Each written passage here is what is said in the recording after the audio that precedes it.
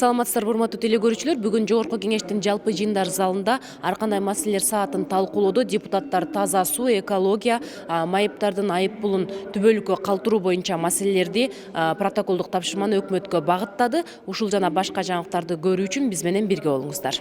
Саламатсыздарбы? Акыркы учурда экология маселеси аябай курч талкууланууда. Бишкек шаарына айлана тегергенде бир 60-50ге жакын жаңы конуштар бар да, жыл массивтер. Ошолордун баардыгы эле көмүр жагышат. Бүгүнкү күндө Газпром ошол жерге газдарды киргизгени менен кээ бир адамдар ошол газды үйүнө киргизе албай жатат да. Себеби дегенде Газпром бүгүнкү күндө бир жеке бир ишканалар менен ушулар киргизсе болот деп келишим түзүшүп алган. Анан алар болсо баазын аябай кымбат коюп, bir үйгө газды киргизиш 30 миң сомдон 50 миң сомго чейин болуп атат. Ал эми газовый котел, жана ошол газ менен иштеп турган пештин дагы баазы өтө кымбат болуп, мен өкмөткө сунуштаганым ошол киргизгенде кээ бир жеке ишкерлер лицензиясы бар, газ киргизгенге болот дегендер мисалы арзанга киргизип берели десе, жок, алар киргизгенге болбойт. Биз келишим түзгөн гана ишканалар менен киргизсе болот дешип, ошонун үстүнөн иш алып барбай жатат да. Ал эми алар болсо, келишим түзүп алган ишканалар баазы кымбат айтып атат. Мен ошон үчүн айттым, ушул жолун ойлозок, кантип арзан киргизсек болот. Биринчиден, анан экинчиден ошол газ менен иштеген газовый котелдордун рассрочкага беребизби, то есть акчасын узартып төлөгөнгө мүмкүнчүлүк түзүп беребизби, же болбосо өзү Газпром өзү ошол газ менен иштеген пештерди өзү алып келип кандай бир арзан жолдорун таап, же болбосо рассрочкага берип, ушунун үстүнөн иштеп, ошол жерлерди, ошол жеке үйлөрдү, жана баняларды, жана башкаларды жана газга жагып аткан. Себеби дегенде бул смог жайында болбой жатат да. Ошол качан жагуу, от жагуу мезгили башталганда гана пайда болот да. Ошонун жолдорун издеп, ошону чечкенге аракет кылбасаңыздар болбойт. Себеби дегенде бүгүнкү күндө көптөгөн жарандарыбыз жана жаш балдар уже жаңы төлөгөн балдарда аллергия болуп атат. Себеби дегенде мына ошол айлана чөйрөнү коргоо жана Токой чарба агенттиги өздөрү 7 посту бар экен Бишкекте. Ошолор 7 постунун анализин чыгарып, бүгүнкү күндө 2,5 эсе жогору жана химиялык заттар, адамга зыян заттар деп айтып атат да. Ошон үчүн ушуну тезирээк чечпесеңер болбойт деп ушул маселени көтөрдүм. Мына 2 жума мурун ошол Жогорку Кеңештин ичинде мен мына жаш медиктерди чогултуп, жаш ординаторлорду, мына акыркы курстагы студенттерди чогултуп, ушул жерде жыйын өткөргөнмүн да. Анан жыйын өтүп атканда ошо биздин жаш медиктер өзлөрүнүн көйгөйүн айтып кетишти. Мына мен уже бир нече жыл боюнча жыл бою көтөрүп аткан маселелер дагы чыгып калды. Ошондо талкуу кылгандачы. Анан ошонун арасында эле ушул жана клинический ординатура боюнча бир чоң азыр ушу студенттер үчүн чоң көйгөй болуп атат. Анткени мына студенттер окууга тапшырганда булар болсо бул мына дополнительный клинический бир жыл деп коет да. Бул норма жок болчу. Анан булардын ата-энеси дагы бул жөнүндө билчү эмес мурун, жанакы финансовый дагы мындай лишний затрата болуп атпайбы? Ошол боюнча ошо көйгөйүн айтып кетип, мындай талап коюшту да, ушуну кандай дагы бир жолу талкуулаңыз. Анткени мына өкмөт биз менен мурунтан ушул келишим түзгөндө биз менен бул жөнүндө сүйлөшкөн жок болчу депчи. Бул биринчи көйгөй. Экинчиси, мына энтузиасттар бар экен, ушул региондорго чыгып иштейбиз дегендерчи, ошо жаштардын арасында. Бирок аларга условия түзүлбөптүр. Азыр деле мына жанакы өкмөттүн буйругу бар, ошо бир жылдык координатураны ошо региондордо өтсүн депчи. Бирок ал жерге мына чисто энтузиасттар өз каалоосу менен барган студенттер болуп атат. Бирок аларга условия жок да. Менин талабым ошо региондордо ошо жаш медиктерге мына жакшы условия түзүп беришибиз керек.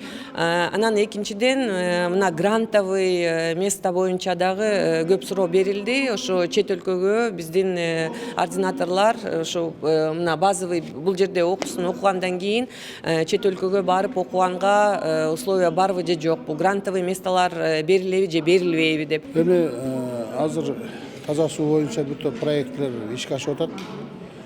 Бирок ошого карабастан райондук центрлер таза суу боюнча же айылга кирбей, же шаарга кирбей мындай каралбай калып атат да. Ушул маселени көтөрүп чыктык. Анан Ысык көл областындагы курулуштар боюнча. Кереге Таш айылында бир бала бакча бар да. Бул бала бакча 15 жыл болду.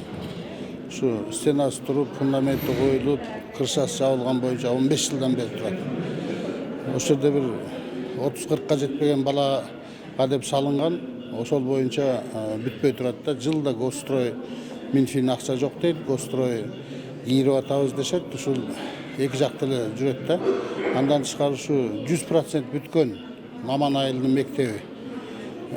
Ошол мектептин котельный бүтпөй жатат да. Şu жылда айтылат.